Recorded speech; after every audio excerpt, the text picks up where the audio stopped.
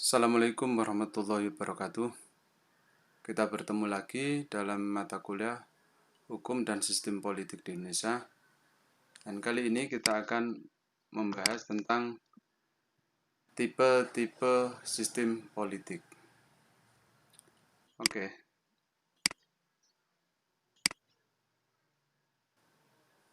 Salah satu unsur yang ada pada sebuah negara adalah sistem politik. Sistem politik mengatur bagaimana dinamika proses pengambilan kebijakan dilaksanakan. Oleh karena itu, semakin teratur sistem politik suatu negara, maka semakin efektif pengambilan suatu keputusan dan penyelenggaraan negara.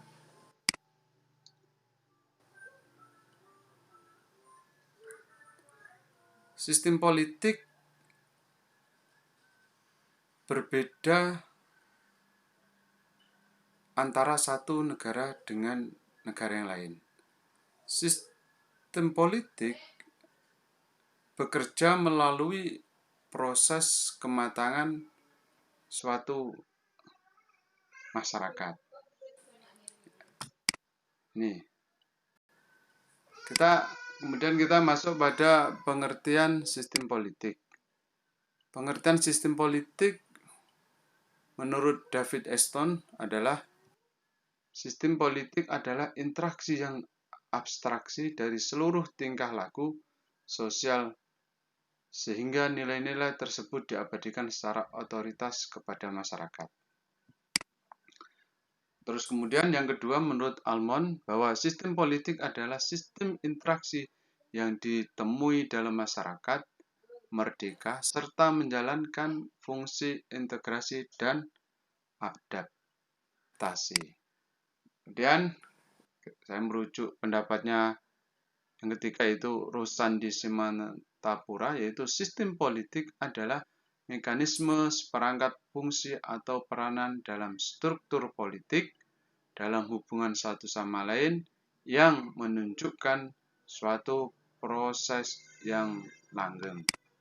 Oke, itulah tadi pengertian dari sistem politik. Kemudian kita akan masuk pada macam-macam sistem politik. Yang pertama adalah sistem politik tradisional. Sistem politik tradisional ini ada beberapa macam. Ya. Yang pertama adalah sistem politik patriarkal. Sistem politik patriarkal ini adalah sistem politik yang dilambangkan dengan kekuasaan dan otoritas yang berada pada laki-laki. Jadi dalam sistem politik patriarkal ini adalah penguasanya adalah dari pihak laki-laki. Perempuan dimarginalkan dan tidak ada. Semua dalam sistem ini adalah penguasanya adalah pihak laki-laki. Kemudian sistem yang kedua adalah sistem politik patrimonial. Sistem politik patrimonial ini adalah sistem politik yang diwariskan secara turun-temurun. Jadi sistem politik patrimonial ini lebih pada aspek tidak dibatasi apakah ini penguasanya adalah laki-laki saja atau sebaliknya perempuan, tetapi lebih pada aspek pewarisan dari orang tuanya atau dari keluarganya gitu kan. Jadi kalau dia sangat mungkin seorang perempuan ini juga nanti akan menjabat atau menjadi pimpinan karena dia mendapat pewarisan dari orang tuanya atau keluarganya. Ini kan jadi tidak ada harus laki-laki atau perempuan. Kemudian yang kedua, sistem politik sistem politik antara sistem politik antara tradisional dan modern yang disebut dengan sistem politik kerajaan birokrasi.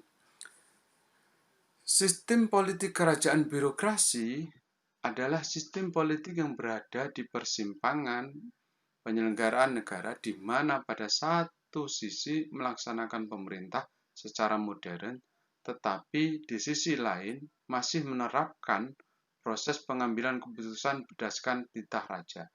Ini mungkin kita bisa lihat corak kayak Arab Saudi, atau mungkin bisa dilihat di negara tetangga kita, Malaysia, yang beberapa lalu kita melihat ya fenomena politik ya yang mengalami gonjang-ganjing, kemudian antara Anwar Ibrahim itu kan, dan beberapa sekutunya, kemudian ada ketidakharmonisan di situ. Tetapi kemudian dalam hal pengambilan kekuasaannya, dalam hal pergantian kekuasaannya, tetap di sini didasarkan keputusan titah sang raja dalam hal pergantian perdana menteri, terutama pada waktu itu. Sehingga kita di sini perdana menteri sewaktu terjadi kosongan begitu, maka sang raja ini ujung-ujungnya adalah sebagai pengambil keputusan terakhir dalam menyelesaikan kemelut di suatu negara itu, yang tentunya mengambil sistem politik yang boleh dikata adalah tradisional dan modern ini. Kemudian adalah yang ketiga adalah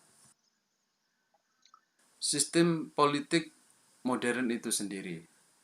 Sistem politik modern ini paling tidak saya sebutkan di sini ada dua.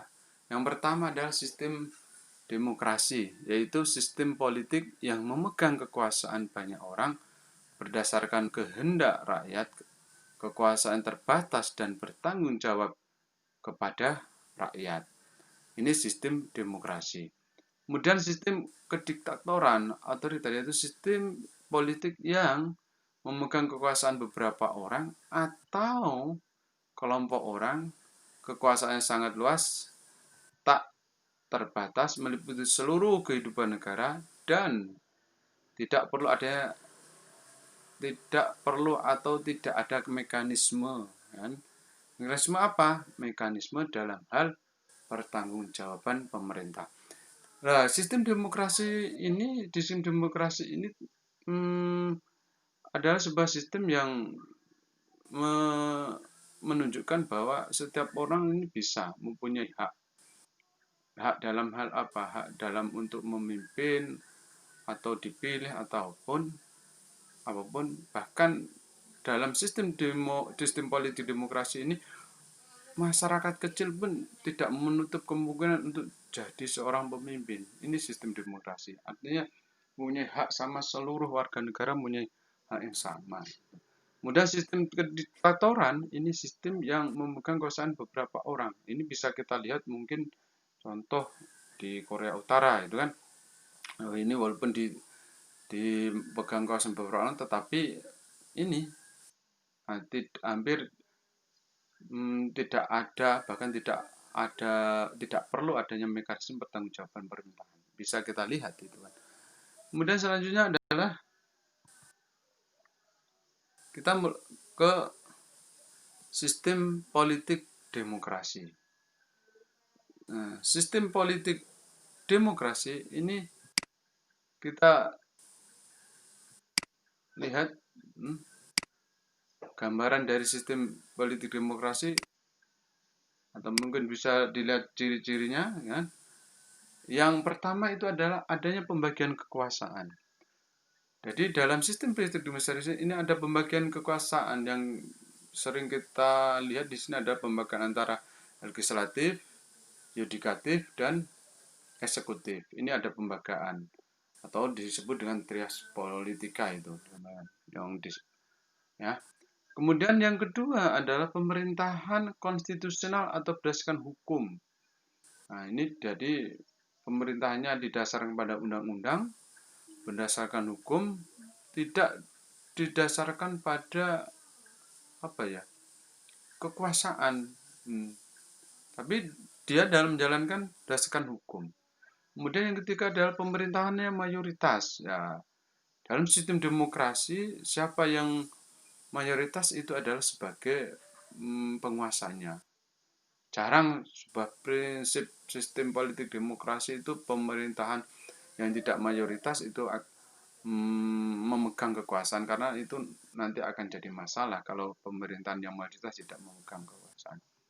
Kemudian yang keempat adalah pemilu bebas atau demokratis. Ya, pemilu bebas di sini tentu kalau di Indonesia adalah menganut apa itu lewat jujur dan adil ya, dan macam-macam itu.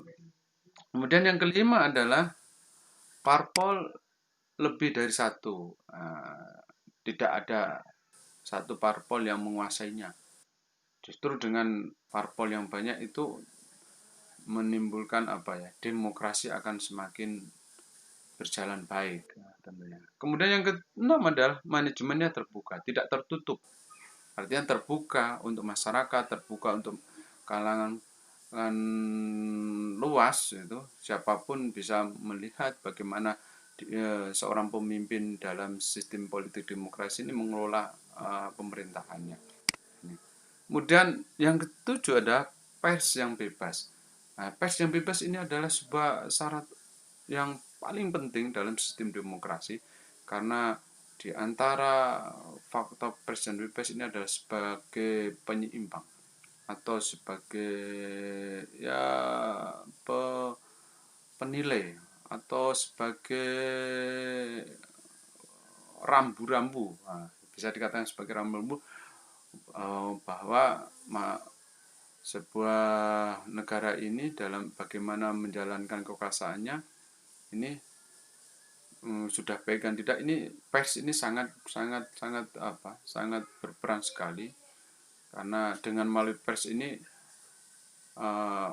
apapun informasi apapun bisa diterima. Dan biasanya kalau sistem politik yang tidak demokrasi, pers ini menjadi sasaran utama dari rezim untuk membelenggu, untuk kemudian dibredel, sehingga pemerintahan yang tidak demokratis itu bebas untuk menjalankan tindakannya dengan totaliter ataupun dengan kekerasan. Ini prinsip dari sistem politik demokrasi. Selain itu juga ada lain. Yang kedelapan adalah perlindungan terhadap HAM dan adanya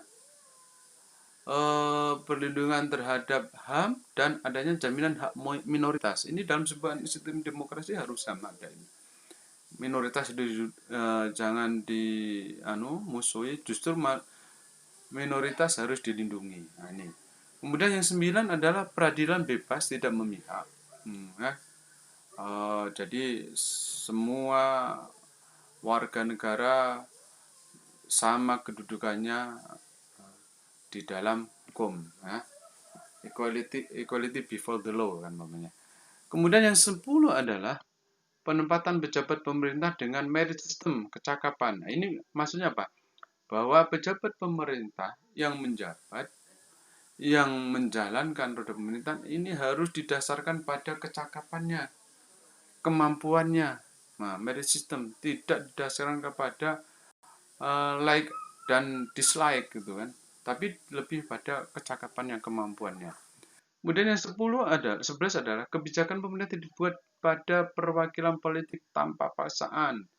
Ini, jadi kebijakan pemerintah dibuat oleh badan perwakilan politik ini harus didasarkan pada sebuah musyawarah, baik dengan musyawarah mufakat ataupun dengan voting, tanpa adanya paksaan ini antara kelompok tentu.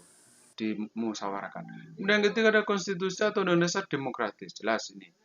Kemudian yang ke-13 penyelesaian masalah secara damai melalui ini musyawarah atau perundingan. Ini merujuk juga kepada tadi yang ke-11 itu. Inilah sistem politik demokrasi. Sistem politik demokrasi. Kemudian selanjutnya adalah kita melihat dari kebalikan dari prinsip atau sistem politik diktator yang diantaranya ada beberapa cirinya ya.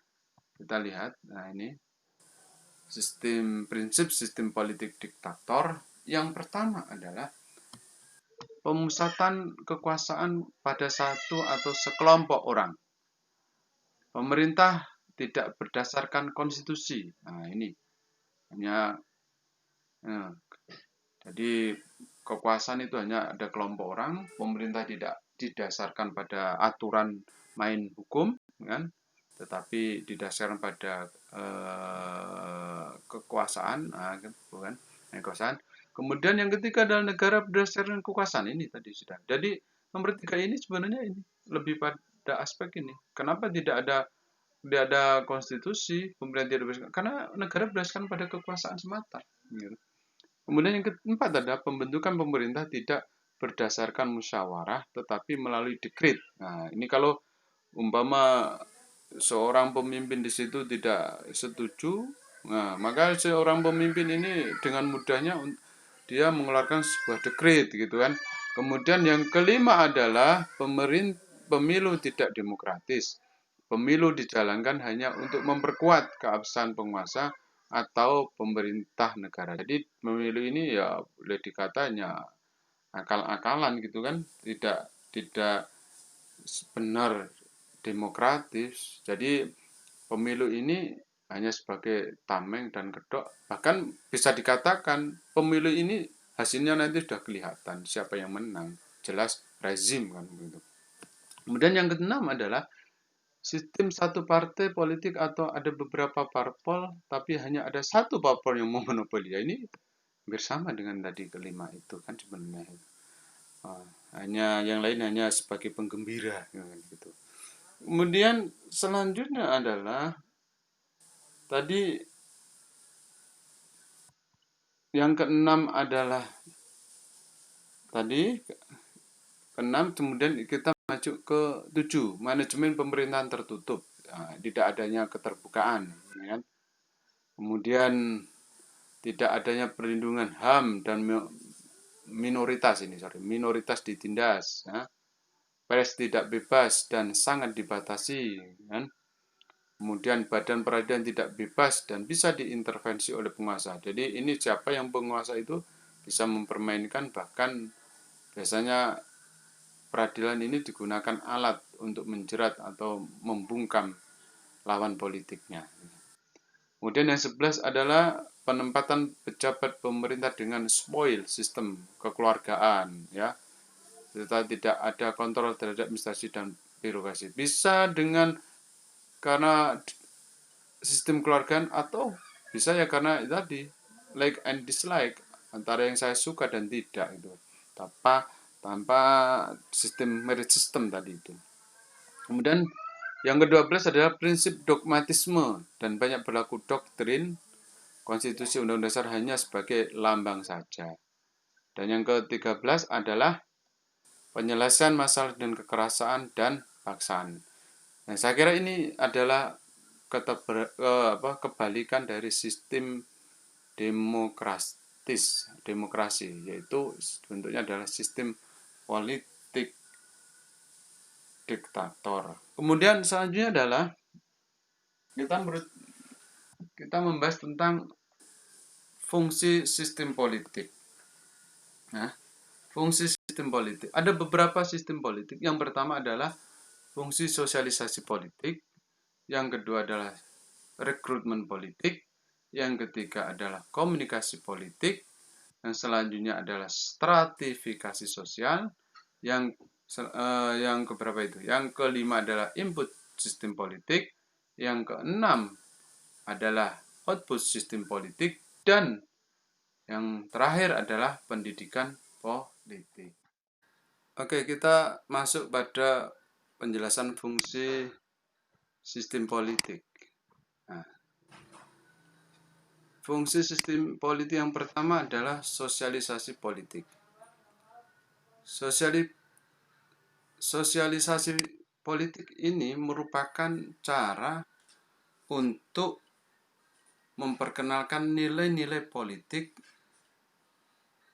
sikap, dan etika politik yang berlaku atau yang dianut oleh negara. Ya kan? Jadi pembentukan sikap politik atau membentuk sikap dan keyakinan politik ini membutuhkan waktu yang panjang dan proses yang terus-menerus.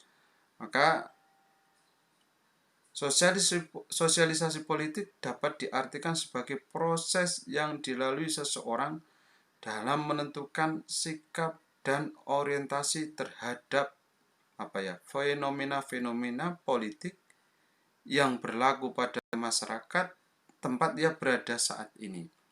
Jadi sekali lagi sosialisasi politik ini sangat penting. Kemudian yang kedua adalah rekrutmen politik. Ya. Rekrutmen politik adalah suatu proses seleksi atau rekrutmen anggota-anggota kelompok untuk mewakili kelompoknya dalam jabatan-jabatan administrasi maupun politik. Jadi tujuan rekrutmen politik ini adalah terpilihnya penyelenggara politik atau pemimpin pemerintahan negara dari tingkat pusat hingga tingkat terbawah, misalnya lurah, ya, yang sesuai dengan kriteria atau persyaratan yang telah ditentukan dalam peraturan undang-undang yang berlaku, yang ditentukan bisa melalui konvensi hukum tidak tertulis yang berlaku dalam masyarakat di sebuah negara tersebut, atau kalau Indonesia ya tentunya negara Indonesia. Kemudian yang ketiga adalah komunikasi politik. Komunikasi politik adalah salah satu fungsi yang dijalankan oleh partai politik dengan segala struktur yang tersedia, mengadakan komunikasi informasi, isu, dan gagasan politik. Ini pentingnya bahwa komunikasi itu perlu dibangun dalam rangka menginformasikan, membangun isu, membangun suatu gagasan. Ini perlu dijalankan dengan komunikasi politik. Kemudian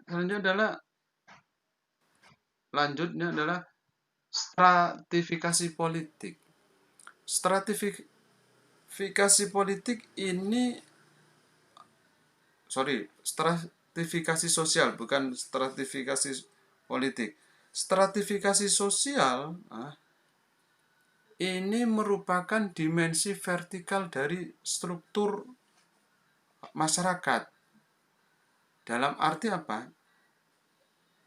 Dalam arti melihat perbedaan masyarakat berdasarkan pelapisan yang ada, apakah pelapisan-pelapisan secara vertikal, dan apakah pelapisan tersebut terbuka atau tertutup. Ini untuk melihat bahwa klasifikasi struktur masyarakat itu sifatnya terbuka atau tertutup, ini pada aspek stratifikasi sosial. Kemudian yang selanjutnya adalah input sistem politik. Input sistem politik ini terwujud dari dukungan dan tuntutan. Tuntutan, kalau kita memaknai dukungan, dapat diartikan sebagai sebuah upaya yang dilakukan masyarakat untuk mendukung keberadaan sistem politik agar terus berjalan.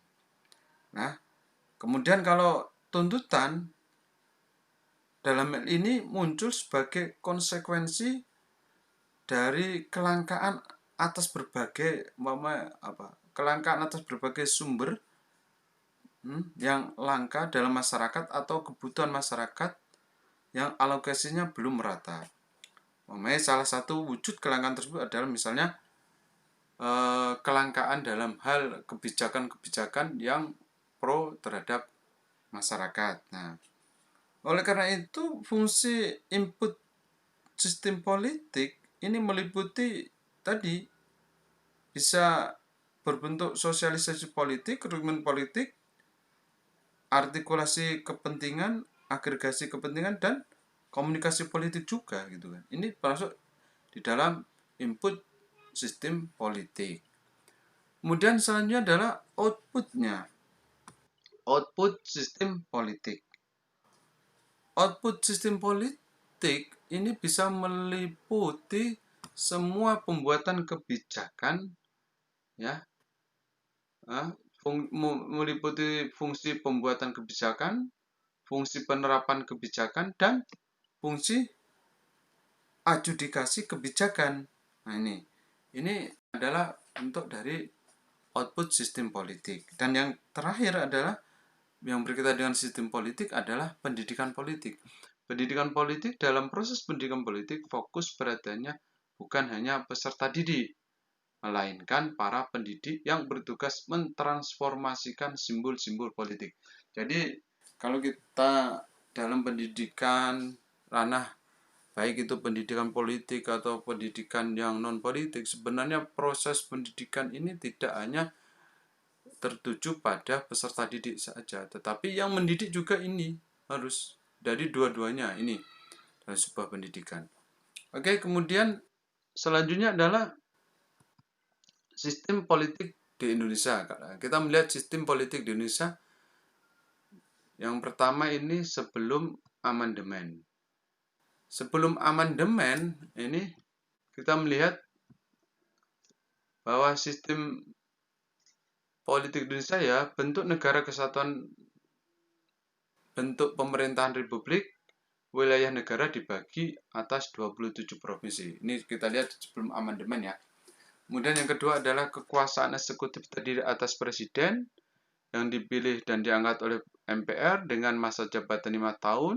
Sesudahnya dapat dipilih kembali dan dibantu oleh seorang wakil presiden serta kabinet yang dibentuknya. Kemudian yang ketiga adalah seorang presiden mengangkat seorang presiden mengangkat menteri-menterinya dan kepala non-departemen, dalam hal ini gitu TNI, Polri, Jaksa Agung, ini disama tingkatkan atau setingkat menteri bertanggung jawab kepada presiden. Nah, ini kan adanya ketentuan ini. Kemudian yang keempat adalah kekuasaan legislatif terdiri dari MPR yang merupakan lembaga tertinggi negara. MPR lembaga tertinggi negara serta legislatif juga di sini, yaitu termasuk DPR-nya selain MPR yang menjadi lembaga tertinggi.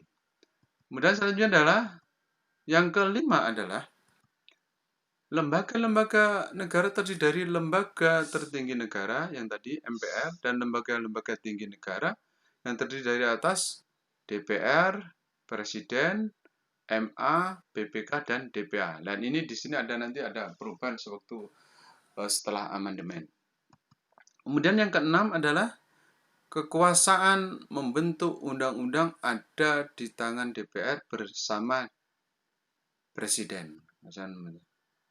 Yang ketujuh, sistem kepartean hanya dibatasi hanya 3 partai. Nah, waktu itu kita tentunya ada 3 partai yang sangat besar. Ya, Anda mengalami apa tidak? Kalian semua. Yang tidak 3 partai itu waktu itu sebenarnya kalau melihat saya memainin bukan 3 partai. tapi hanya 2 partai. Karena apa? Di situ disebutkan adalah golongan karya, ya, terus Partai Persatuan Pembangunan P3, kemudian Partai Demokrasi, kan, PDI, kan, bukan PDI Perjuangan, Partai Demokrasi Indonesia PDI. Tapi yang satu ini masih dimaknai tidak partai. Dia hanya menyebutkan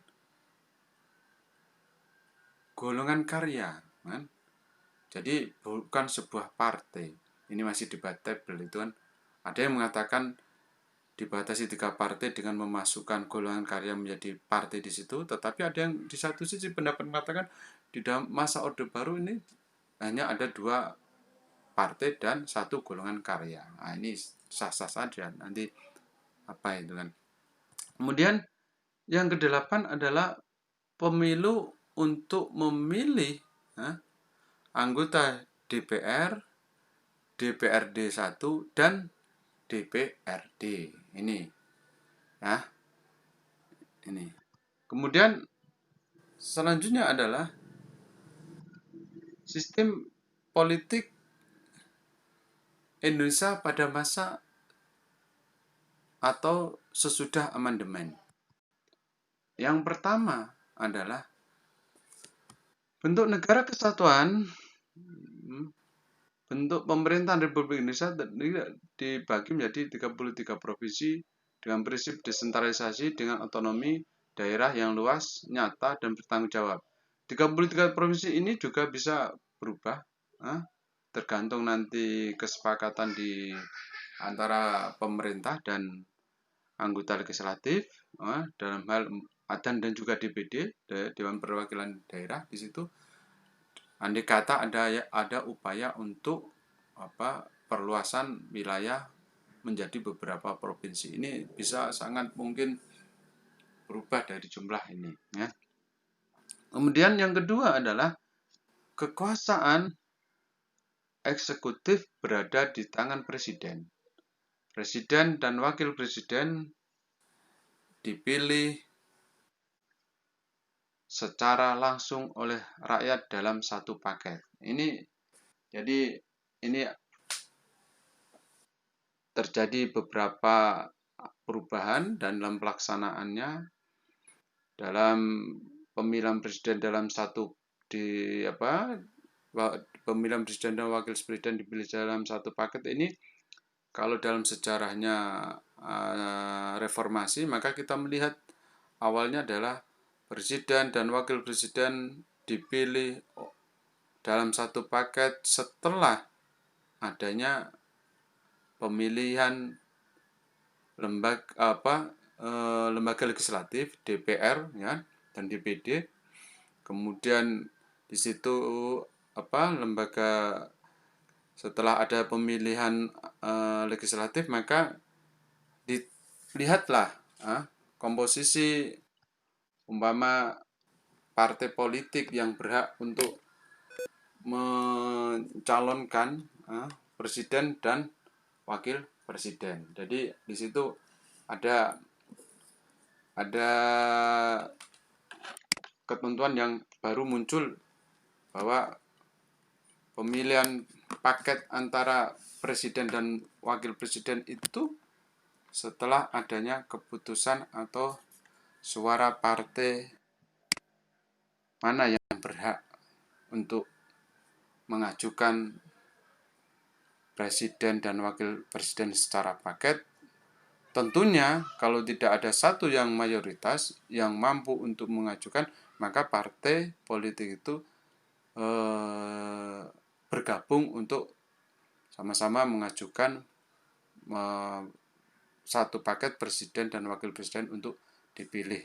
Dan ini pemilihan wakil presiden dan wakil presiden dilaksanakan setelah adanya pemilihan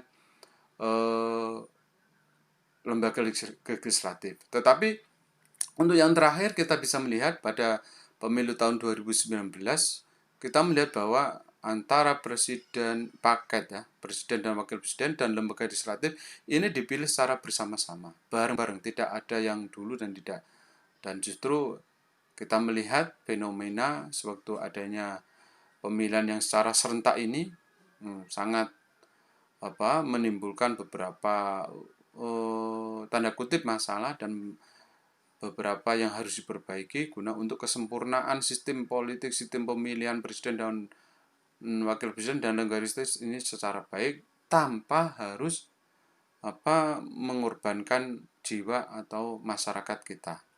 Ini yang kekuasaan masalah yang nomor 2 ini. Kemudian yang ketiga adalah Presiden membentuk kabinet menteri yang bertanggung jawab kepadanya. Ini jelas, setelah ada presiden terpilih, maka presiden ini berhak untuk membentuk kabinet menteri yang tentunya ini menjadi hak prerogatif seorang presiden. Kemudian yang keempat adalah legislatif atau parlemen terdiri dari 2 badan atau kita disebut dengan bikameral, yaitu DPR dan DPD yang anggotanya tadi dipilih melalui pemilu. Dan sekali lagi kalau pas waktu pemilu 2019 adalah dengan sama-sama pemilihan antara legislatif dan eksekutif, yaitu presiden dan wakil presiden, dan legislatif adalah DPR, lembaga legislatif ini. DPD yang terdiri dari DPR dan DPD. Kemudian yang kelima adalah anggota MPR terdiri dari anggota DPR dan DPD.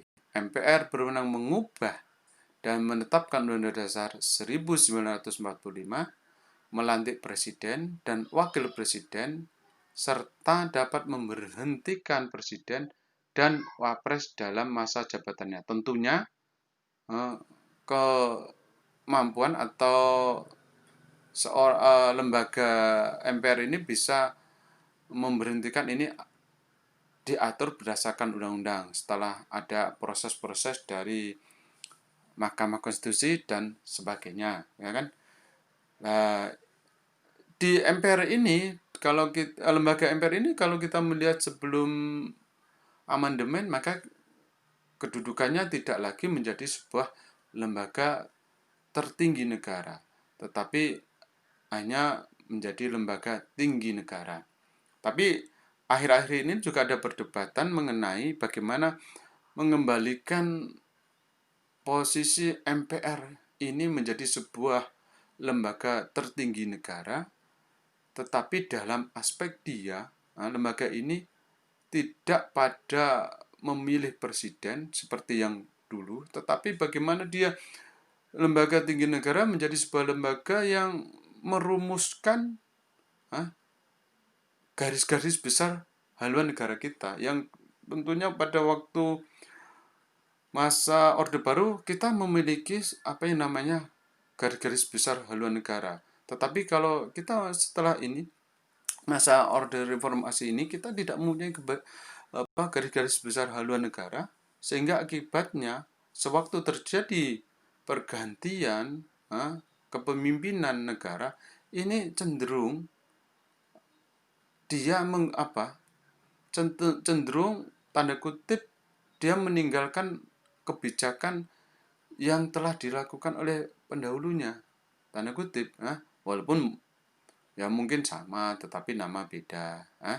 Tetapi setelah nanti adanya garis-garis besar haluan negara, ini dimungkinkan seorang pemimpin yang melanjutkan estafet dari pemimpin selanjutnya, maka dia harus role-nya, dia harus menjalankan garis-garis besar haluan negara itu yang telah nanti ditetapkan oleh lembaga Majelis Pemusatan Rakyat itu. Nah, ini jadi nanti ada kesinambungan, ada keberlanjutan yang baik dalam membangun negara ini. Tidak setelah ganti pemimpin, ganti kebijakan, akhirnya kita nggak akan menjadi negara yang tidak naik, tetapi sangat mungkin nanti turun. Karena apa? Kebijakannya beda, yang sebenarnya kebijakan dari pemerintah lalu yang sudah baik, tetapi tidak dilanjutkan. Ini saya kira saya pribadi sangat sepakat manakala nanti adanya sebuah pembentukan garis-garis GBHN yang merumuskan sekali arah dan tujuan bangsa kita agar bangsa kita ini akan lebih baik lagi. Mana yang lebih baik dari pemerintah sebelumnya kita dilanjutkan terus, yang belum baik diperbaiki. Jadi begitu sifatnya. Tidak terus kemudian hilang di telan waktu. Ini kebijakan dari pemimpin yang sudah. Nah, begitu. Oke, saya kira begitu untuk materi ini. Kurang lebihnya mohon maaf. Assalamualaikum warahmatullahi wabarakatuh.